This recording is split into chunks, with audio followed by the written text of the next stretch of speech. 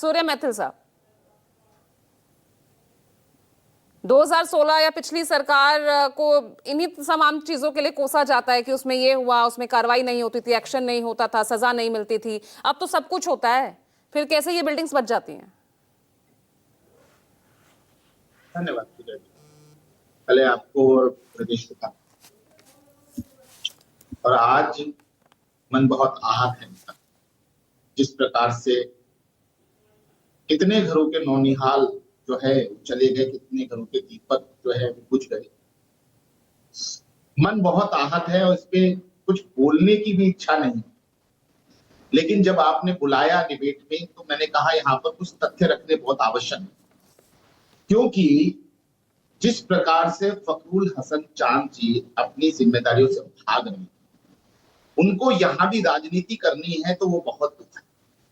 मैं आपको धन्यवाद करूंगा, न्यूज़ 24 को धन्यवाद करूंगा कि उन्होंने ये तथ्य जरूर रखा। अपनी जवाबदेही देनी है। देखिए बीच में मत बोलिए, एक एक करके। फखरुल हसन चांद जी रुक जाइए, रुक जाइए ना फखरुल जी।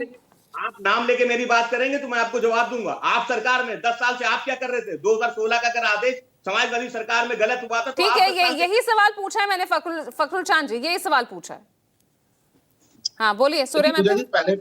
पहले तो पूजा जी मैं यहाँ स्पष्ट कर दूं कि मैं आज राजनीति नहीं, आज पॉइंट टू पॉइंट बात करने आया हूँ, प्रशासनिक व्यवस्था के ऊपर बात।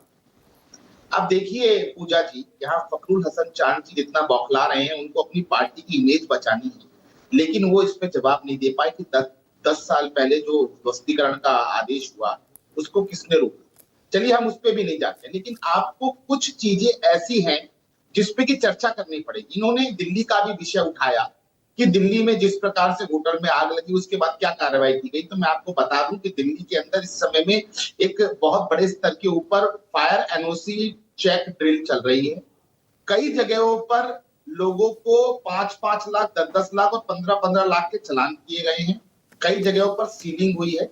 लेकिन हम अगर उत्तर प्रदेश की बात करें और उत्तर प्रदेश में भी खासकर लखनऊ की बात करें तो देखिए अभी इन्होंने एक बात बोली कि योगी सरकार के अंदर 24 मीटर के रोड के ऊपर जो मिक्स लैंड यूज की जो पॉलिसी लेके आए हैं कि जी आप उस पर कमर्शियल एक्टिविटी चला सकते, तो मजबूरी में लेके आई है सरकार। अच्छा, कारण क्या मजबूरी इन्होंने हाँ। सुन लीजिए, मैं बता।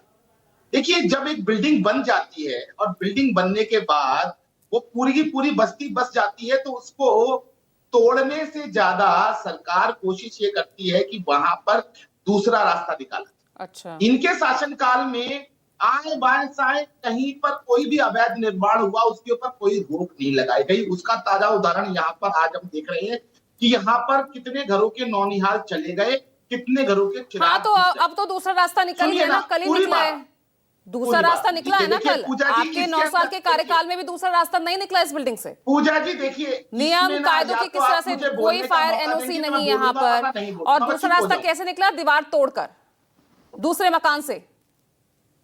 पूजा जी देखिए हम जमीनी बात करें यहाँ पर, मैं यहाँ पर आपसे एक पिता की हैसियत से बात कर रहा हूँ। मेरा भी बेटा है 8-9 साल का, वो भी पढ़ता है जाकर। आपके भी परिवार में बच्चा होगा। हम यहाँ पे जमीनी बात करें, सिस्टम में फेलियर कहां हुआ?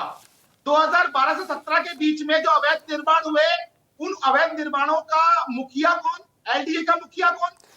सूर्य मैथिल साहब, आप इस बिल्डिंग के अवैध निर्माण पर इसलिए कार्रवाई नहीं कर सके क्योंकि आपकी मजबूरी थी, क्योंकि बिल्डिंग खड़ी हो गई थी। वाह, कैसी बातें, क्या रीजंस दे रहे हैं आप? आप तो बड़ी जमीनी बातें कर रहे हैं। मैंने ये कहा कि पॉलिसी जो है वो पॉलिसी इसलिए लाई गई है कि अगर आप हर जगह बुलडोजर ही चलाते रहेंगे तो उत्तर प्रदेश और लखनऊ तो बिल्कुल वीरान हो जाएगा ना जी। अच्छा। अगर अवैध निर्माण इनकी सरकारों में खड़े हुए, अगर बिल्डिंग बायोलॉजीज इन्होंने वायलेट किए तो ये सरकार का जिम्मेदारी है, योगी सरकार की, सबको साथ। चलिए ठीक है, बिल्डिंग खड़ी हो गई, फायर एनओसी नहीं था इसके पास, फायर एनओसी भी नहीं था, क्या एक्शन लिया? तो अब एक्शन आप देखिए ना, जैसा इससे हादसों का इंतजार करते हैं ना, इसका मतलब हम। देखिए पूजा जी आप इसको सेंसेशनलाइज ना बनाएं। आप इसको ये समझे इस चीज को कि योगी सरकार ने 2022 के अंदर model fire safety conduction bill लेके आई है। जो कि नरेंद्र मोदी सरकार का एक जो मॉडल बिल था उसको एग्जीक्यूट किया गया। अरे उसके गिराइए अंदर मत, तो फाइल- सीज करा दीजिए ना। अगर आपको कुछ भी अवैध लग रहा है, तो कुछ भी आपको गलत लग रहा है, सीज करा दीजिए। कम से कम ये 15 जाने जो आज गई हैं वो बच तो जाती। उत्तर प्रदेश में बड़े पैमाने पर बिल्डिंगों को सीज करने का काम अगर किसी ने किया है तो योगी आदित्यनाथ जी की सरकार ने किया है। और मैं इस आपको बिल्डिंग बता को दूं, सीज नहीं कर कितने पाए। होटलों ऐसी को कितनी ही सीज किया, बिल्डिंग्स मैं इसी लिस्ट रोड पर और चल रही होंगी, इसी मैं रेजिडेंशियल लिस्ट इलाके में। मैं लिस्ट दूं आपको कि कितनी जगहों पर मानकों के अनुरूप अगर नहीं है तो उनको सीज किया गया। इस नए बिल्डिंग को क्यों सीज फायर नहीं किया सेफ्टी गया? आप अलार्म इसका के जवाब ऊपर- दीजिए, आप इसका जवाब दीजिए सूर्य क्या? मैथिल। इन 15 जानों का जिम्मेदार कौन है? मुआवजा 15 देकर या जानों क्या का ये जाने जिम्मेदार वापस वो आ है- जाएंगी?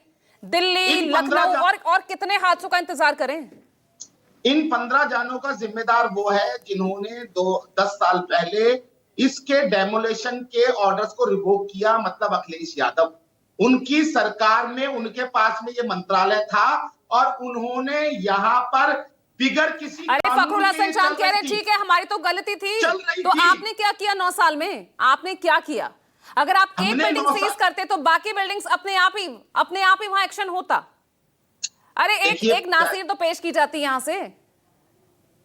पूजा जी, हमने तो लगातार बिल्डिंग को सीज भी किया है, नए कानून लेके आए हैं और उसके अलावा जांच का एक बहुत बड़ा दायरा बढ़ाया है। लखनऊ ही नहीं पूरे प्रदेश के अंदर। उमा शंकर ये मैं पांडे आपको जांच बता का दूं। दायरा बढ़ाया है।